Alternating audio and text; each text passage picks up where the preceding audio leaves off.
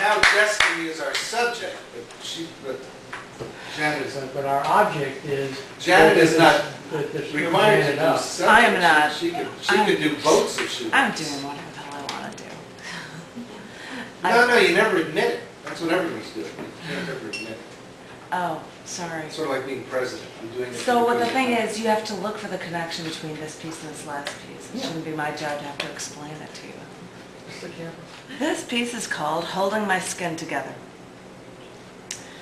I've been trying to remember all the little details that I'm supposed to take care of, and I know I'm not even getting half of them done. And I wonder if you feel what I feel.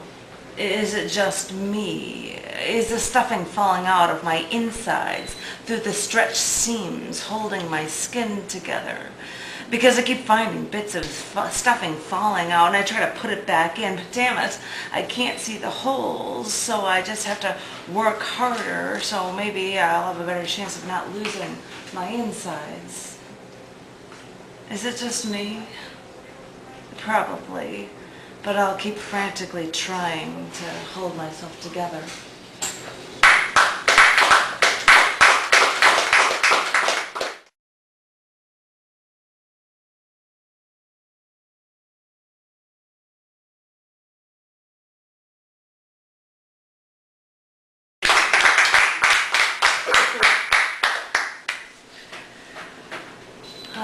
Do something with that. This is about looking for something to believe in. Ah. We should work together. This is called Any Help at All. I don't know when the bad stuff is supposed to end and when the good stuff is supposed to begin. Maybe I've been failing in my efforts to find some good stuff. I don't know. I've been hoping for that happiness, though, and I don't know where to look anymore. I'm tired of doing things myself, and I'm tired of looking for my own answers for all the troubles I experience. I'm tired of looking. I want someone to help me out on this one. I don't know where I'm going to find that help, though. Maybe people kept seeing me with my head on my shoulders, and they got tired of looking in my direction to see if I needed anything. But I always want what others don't expect.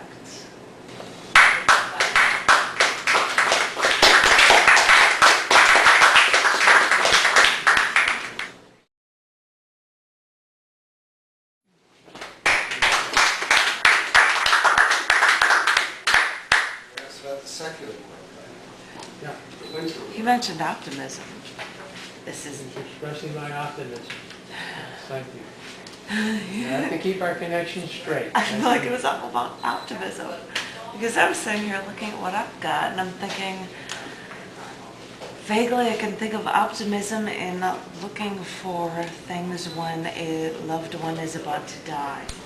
I went to a seminar one day where people talked about dealing with grieving, someone close to their dying, dealing with death for the first time, and what they went through. I went to this seminar, and I actually sat at different groups and heard people tell stories about how someone very close to them died, or a son died, or a father, and it was just like this mind-draining thing, just to listen to all of these things. But I wrote a few notes down from one of them, and this is one of them. This was Conversations, a Day of Grieving. This is number 3. My father spoke Polish, and so did we, until one day he decided, we're in America now, they should speak English.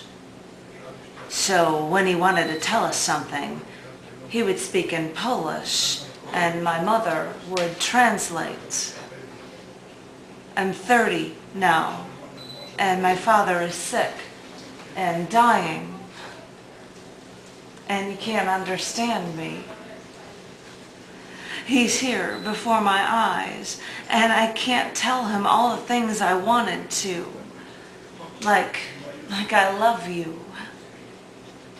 Looking back, it seems obvious. We never talked like a family. He never asked each other, we never asked each other how was our day. So now when I see him, all I can do is hold his hand and show him the emotions on my face.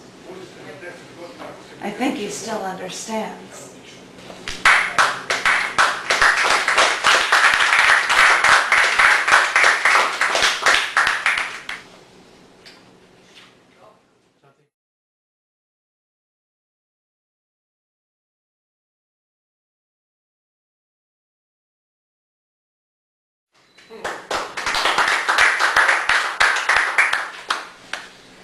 I'm not looking for pieces about rock and roll.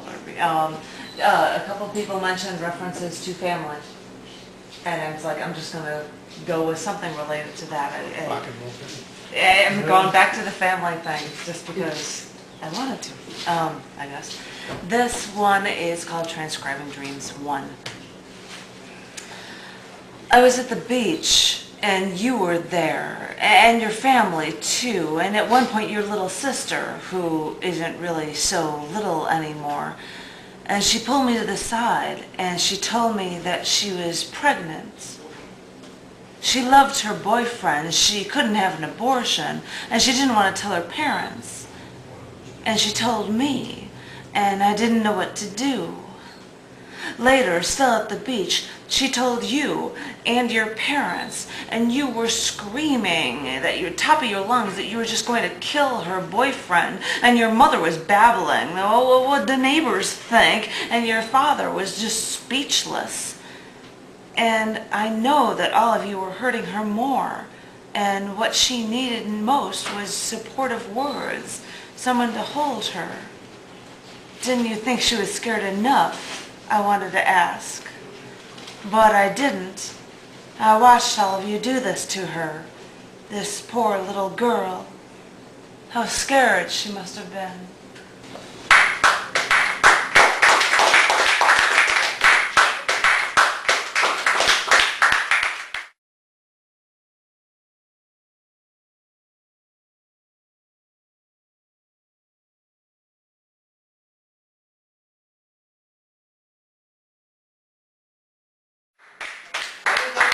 The previous poem? It was about the optimism that has been suffused. Oh, okay. We're still on the optimism one. Okay.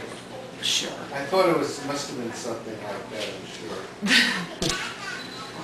A few of the people mentioned photography. And the closest thing I could come up with for that was when you get a certain image in your head. This is where this poem came from, and it was called the Flashback. Everyone at work wondered why she looked down that day, and occasionally someone would ask, "What's the matter?" And she would just say she was having a bad day. And she went through the motions. She did her work. She ate her lunch, even though the lettuce tasted bad, even though she had to run an errand then for her boss. And she was in her car. It was snowing, but not the pretty kind of snow, not the kind that you expect to see on Christmas Day. It was like the snow that was already dirty and gray before it even hit the ground. And she was driving, and she didn't even realize that she was going under the speed limit. She was in a daze, lost, not because of depression, but because there was nothing she cared to think about. And so she drove. And she dropped off the crate of flyers from the mailing list for her boss, and she drove back, but the whole way she was thinking that she should drive slower so that she wouldn't have to get back to work so fast. And so she drove slowly, coasting now, watching the dirty snow touch her windshield. And she looked over to her left, and there was an old man lowering his car from the jack it was on, a flat tire. And then she had a flashback. And she was no longer in winter, and she was no longer driving. She was outside while he was trying to fix the flat on his rusty white car. They were driving back from a park. It was summer in Monticello. It must have been 90 degrees. And there she was, sitting on a dirty beige carpet scrap on the floor from his car. She had taken the scrap and moved it to the dirt road about 10 feet into the field.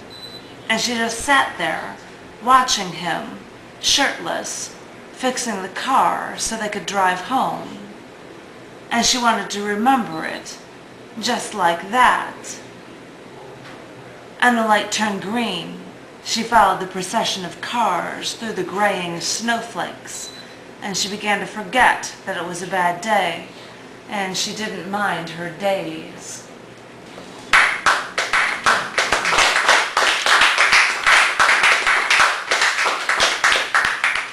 So the connection.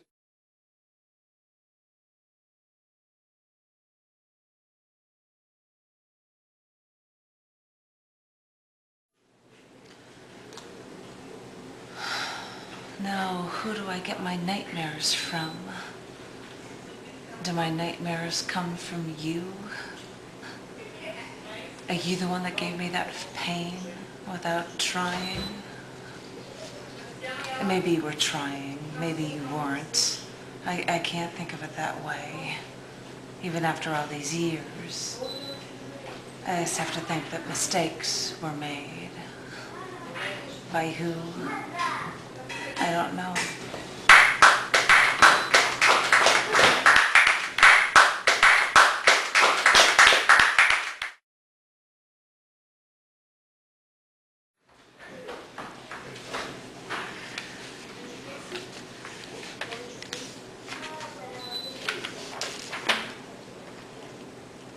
Did you know I was watching? Did you know I was watching? You know, I watch you when I'm sitting in the corner and you're in your circle. You know the circle, the ring around you. That's what I've been trying to avoid. And I've been doing a pretty good job, haven't I?